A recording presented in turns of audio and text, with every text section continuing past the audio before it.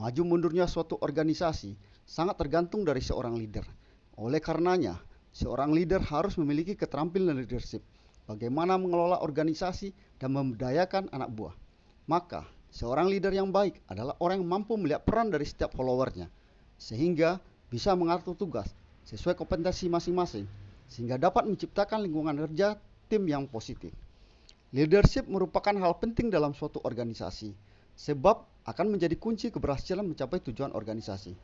Leader harus mampu membangun tim yang kuat. Visi dan misi sebuah tim harus dicapai melalui kerja keras dan membutuhkan bimbingan dari orang yang memiliki kemampuan dalam memimpin. Dengan kekuatan leadership yang baik dan kerjasama tim, organisasi akan mudah menghadapi setiap hambatan dan rintangan. Sahabat, menjadi bos atau leader bisa jadi merupakan impian banyak orang, meskipun tanggung jawabnya lebih besar. Banyak orang mengartikannya sebagai posisi dengan banyak privilege yang tidak dimiliki oleh anak buah atau followers. Banyak pelatihan mengenai kepemimpinan kerap dilakukan, namun tidak ada pelatihan mengenai bagaimana menjadi bawahan yang baik. Meskipun tidak semua bawahan memiliki keterampilan followership yang baik. Suksesnya sebuah organisasi adalah produk dari upaya bersama bos dan anak buah. Joseph Ross menyoroti leaders dan followers saling ketergantungan untuk melaksanakan tujuan bersama. Peter Block dan Robert Greslap mendefinisikan leadership sebagai kemitraan dengan pengikut. Artinya, hubungan antara leader dan followers tidak selalu bos dan anak buah, tetapi juga bisa menjadi teman atau partner. Tidak selalu posisi anak buah berada di bawah pimpinannya. Dalam perspektif adat Minangkabau, para pemimpin ialah orang yang didahulukan selangkah dan ditinggikan seranting. Artinya, jarak antara pemimpin sangat dekat dengan kaum yang dipimpinnya. Ini mengisyaratkan bahwa atasan tidak harus ditakuti tetapi disegani. Dalam arti, anak buah tidak takut untuk menyampaikan saran pendapatnya kepada atasannya. Followership adalah respon yang dimunculkan oleh anak buah kepada mereka yang sedang menjalankan perannya sebagai bos. Menurut Robert Kelly, tidak semua follower itu sama. Ia membagi tipe followers menjadi dua dimensi. Pertama, terkait dengan kemampuannya berpikir kritis. Kedua, berdasarkan skala keaktifannya dalam mengikuti bos. Dari dua dimensi ini, followers dikelompokkan menjadi 5 kelompok.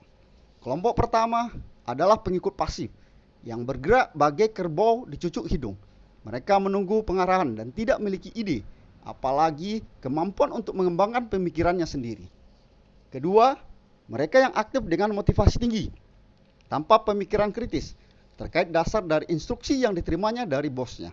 Mereka adalah kelompok konformis, yang mendukung sepenuhnya arahan leader atau bosnya.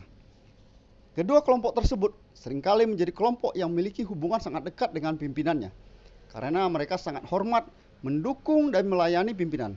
Apapun kemauan pimpinannya akan mereka ikuti. Biasanya dalam situasi sulit, follower ini akan dengan mudah meninggalkan leadernya. Ketiga, alienated followers. Mereka memiliki pemikiran yang tajam terhadap gagasan pemimpinnya, tapi tidak mau melibatkan diri ketika merasa tidak sejalan dengan pemikiran pemimpinnya.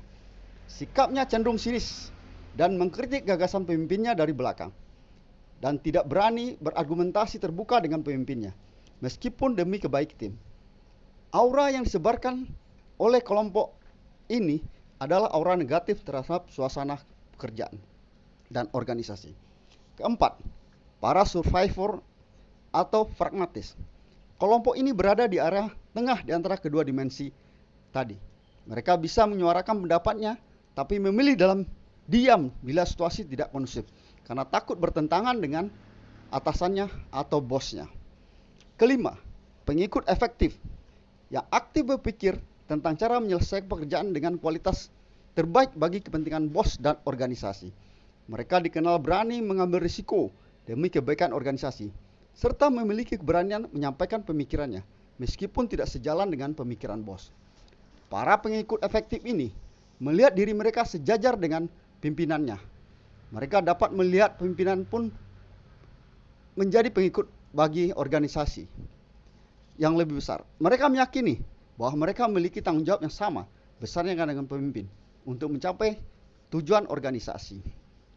Namun, menjadi seorang pengikut efektif tidaklah mudah.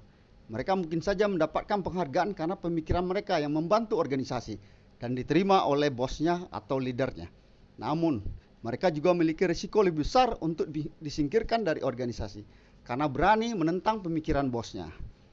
Hal ini membuat banyak orang yang tadinya ada pengikut efektif berubah menjadi pragmatis demi keberlangsungan hidupnya di organisasi. Keberaniannya untuk menyampaikan pendapat hilang seketika. Mereka takut berbenturan dengan kebijakan yang telah diambil oleh leadernya atau bosnya. Meskipun kebijakan itu menurut pemikiran mereka tidak sesuai dengan ketentuan atau aturan yang ada di organisasi.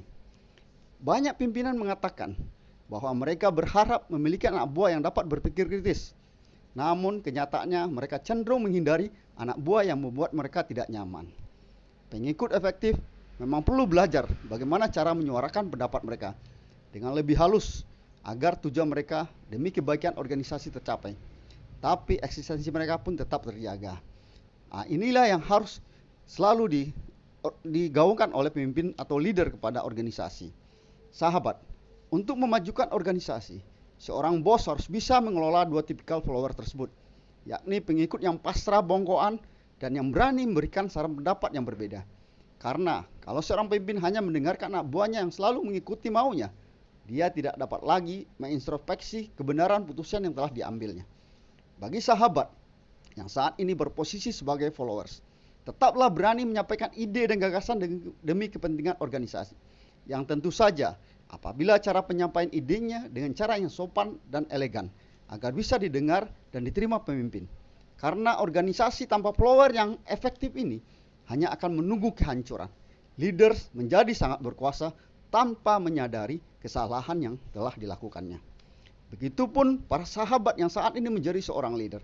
Pelajarilah anak buah. Jangan terlena dengan anak buah yang asal bapak senang.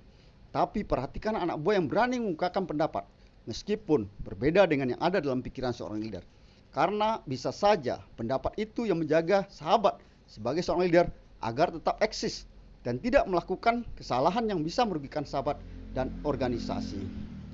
Demikianlah sahabat, untuk kemajuan organisasi, jadilah seorang follower dan seorang leader yang berani.